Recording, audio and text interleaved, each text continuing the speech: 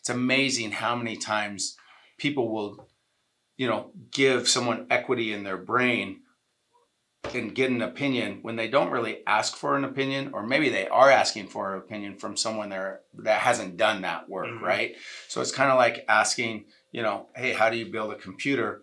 Well, if you've never built one, I mean, why are you giving advice on it? More Yeah, importantly, exactly. why would you take someone's advice on it, right? So I'm sure, like, with the amount of students you have, like, going through, that's got to be one of those things that you're prepping them for. I know a big piece, obviously you have your course content and what you do step by step, but prior to all that, you get them mentally prepared for what they're going to go through. Correct? Do you want to touch on that a little bit? Like we don't need to go through everything you guys go through, but I'm just curious. Like, you're prepping them, right? And I want to emphasize that on here because the truth is that is a big piece. Mindset. Prior to us starting this, we were talking a lot about mindset. It's up on my computer still, and it's just one of those things. If you're not prepared mentally, if someone's going to throw you off, you'll, just like what Rafael's saying, you'll run back into your comfort zone, close up your dream space, and just shut down, which doesn't benefit you, your family,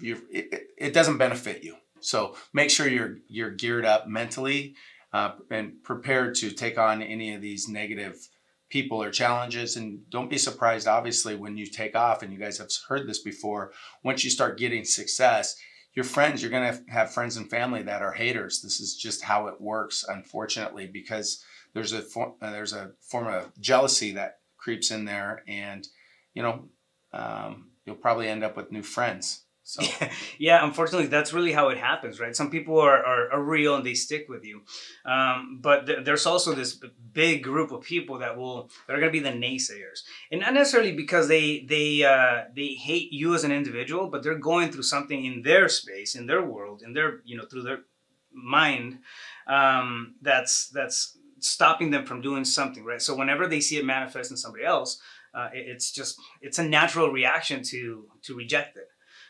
So, for example, it's hard for me to take something personal at this point, just because I understand how that goes. Anytime somebody says something negative, or if I'm starting a new project, or new whatever, and I hear something bad, like, I understand right out of the gate now that it's not. I'm just a mirror.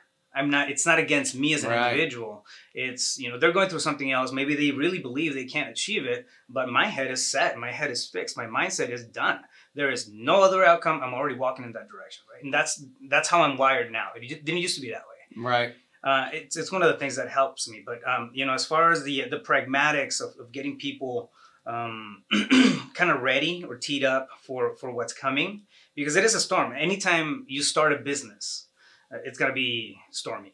Right. Did you have another question, or was there? I was going to ask you, like, we're talking about real estate, and I want to come back to this spot, but you were saying, it's a mirror, right? Mhm. Could you elaborate on that? Like, some of the people watching might be like, what's he mean by it's a mirror? Well, I get maybe we could use another analogy or example other than real estate. Yeah, it's just simple. It's the fact that most pushback, most negative, experiences that we come across, whenever we have an argument with somebody that we don't know, and then you're pissed off, right? You're pissed off. You don't know that individual.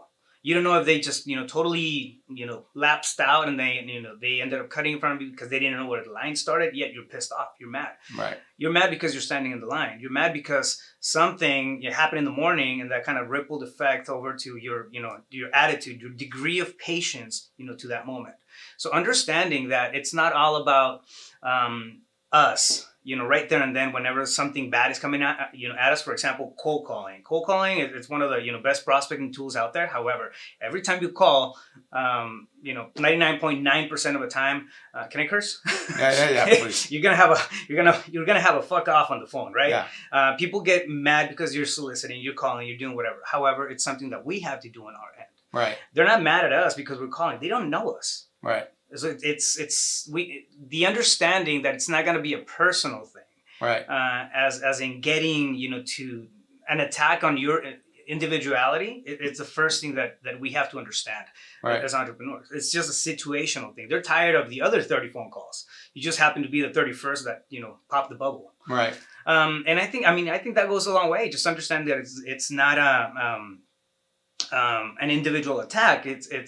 We have one of the biggest fears, right? It's always going to be rejection. Not belonging, right? Because when that's out the window, you feel alone. You feel like you stand by yourself and not part of a bigger movement or a bigger purpose. Even not like you have support of anything, and it's it can be a very scary place to be in. Right. Just understanding that it's not about that. It's about the situation they're going through, and they're reacting to whatever's going on in their heads. Yeah. So, like, for example, like if someone is saying something to you like, hey, okay, great, you want to do real estate. Well, that's silly. I don't think that's going to work. Really, that's a reflection back on them. And they don't think it's going to work. It's not that you don't, it's their limiting beliefs, right? And there's other hidden motives behind it as well, but it's usually a direct reflection of them, not you. So something kind of food for thought.